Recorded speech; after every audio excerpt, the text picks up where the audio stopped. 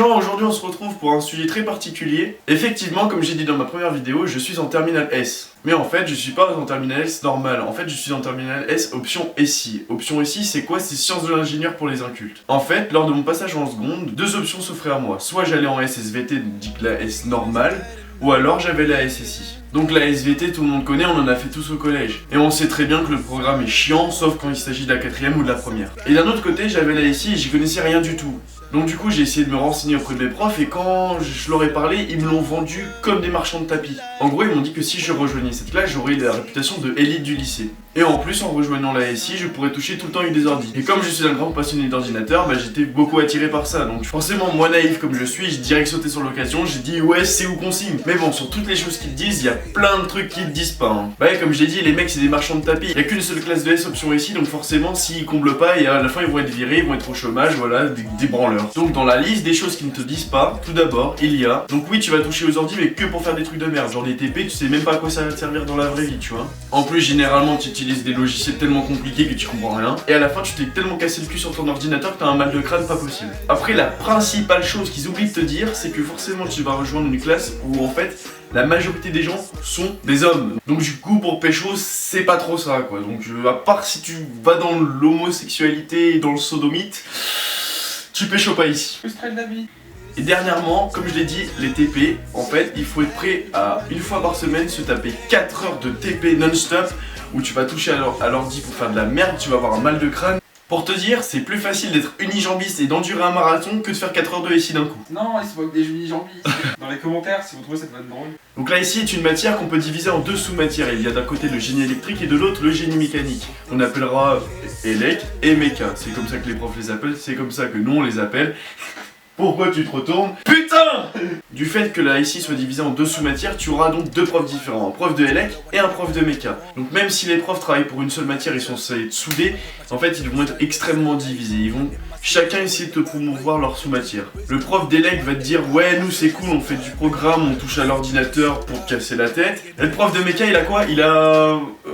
Séverin, parlons de Séverin, c'est très bien. Donc moi je vais vous résumer ce qu'on travaille vraiment dans ces matières. Donc en élec tu vas voir... De l'élec. Merci. Donc en élec tu vas avoir principalement des circuits avec plein de lois et plein de formules que tu dois apprendre, que tu vas essayer de noter dans ta calculatrice, que tu vas jamais retenir. Enfin, c'est le gros bordel. Et en méca tu vas étudier quoi? Tu vas étudier aussi des lois, des formules que tu vas aussi noter dans ta calculatrice, que tu vas aussi pas retenir, comme quoi ces deux sous-matières sont très proches. Bon en méca on voit pas que ça, on voit aussi les vérins, comme je l'ai dit, les vérins. Maintenant plus sérieusement je vais faire la liste des choses qu'on apprend en élec et la liste des choses qu'on apprend en méca. Alors, en élec tu vas voir les transistors, les amplificateurs, les convertisseurs analogiques numériques, les langages C, les filtres, les réseaux, les algorithmes, le codage, les algorithmes, les portes logiques, les ponts diviseurs de tension.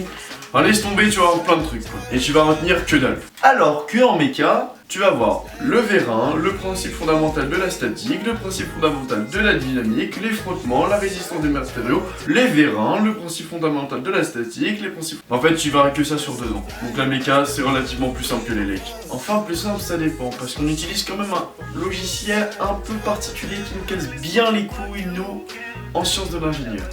Il s'agit bien évidemment de... SolidWorks. Hugo, qu'est-ce que tu penses de SolidWorks? C'est de la merde. Et un petit conseil à tous ceux qui veulent aller en SI, si vous ne connaissez pas SolidWorks, accrochez-vous. Alors je vais pas faire une description de SolidWorks, hein, donc si vous voulez vous renseigner, allez-y par vous-même. Hein, mais c'est vraiment très compliqué au début, mais après nous, ça va, on maîtrise bien, donc on se débrouille dessus. Même si en TP on fait toujours des erreurs, on ne sait pas pourquoi. Dans tout ce que tu apprends en SI, à savoir, il y a 70% que tu ne verras jamais au bac. Bah oui, les profs ils se font un petit kiff, ils te disent oui c'est pour ta culture générale, faut que tu apprennes, tiens, bouffe des convertisseurs analogiques numériques, comme ça, toi tu les manges, comme ça, voilà, tu sais pas comment les recracher, voilà, tu cries de la merde dans ta copie. Ah, les notes en SI c'est pas bien haut, hein, en élec, la meilleure de la classe qui a 18 en maths, elle se retrouve avec un 10. Toi t'as 3, t'es dans le milieu, tu vois, t'es pas le plus bas, c'est cool. Non mais c'est vrai, on apprend vraiment tellement de trucs qui ne servent tellement à rien. En fait, pour vous dire, le bac, c'est une étude de doc. On va avoir un sujet de 30 pages, donc déjà 30 pages, c'est assez conséquent. 30 pages sur un sujet, par exemple, les fauteuils roulants. Donc 30 pages sur ton putain de fauteuil roulant, avec à peu près 30 questions, c'est pas une blague. Voilà, donc on va dire 15 qui concernent le génie électrique, 15 qui concernent le génie mécanique. Donc tout ça, tu dois le faire en 4 heures. À savoir que toutes les formules que tu t'es cassé le cul à mettre dans ta calculatrice, bah en fait t'en as pas besoin parce que toutes les formules te sont données dans les documents. Voilà la logique du truc. Et en plus, à savoir, il y a même des formules qui te filent mais qui ne servent à rien. Par exemple, reprenons le sujet de fauteuil roulant que j'ai réellement fait, c'était mon bac blanc de cette année. Eh bien, au bout d'un moment, dans le sujet, un fauteuil roulant, un mec handicapé, on va te donner une formule de résistance à l'air. Comme si ton handicapé, c'était une Formule 1. Oui, oui. C'est parti, champion! Et je peux te dire qu'au bout de 4 heures d'épreuve sur les fauteuils roulants, à la fin tu détestes les handicapés et c'est pas ta faute. Bon, j'avoue, j'ai beaucoup critiqué l'ASI depuis le début de cette vidéo, mais maintenant, je vais vous dire ce que ça m'a permis. Effectivement, ça m'a permis de découvrir pas mal de trucs, bon, qui me serviront pas pour le bac, mais oui, qui servent pour la culture générale.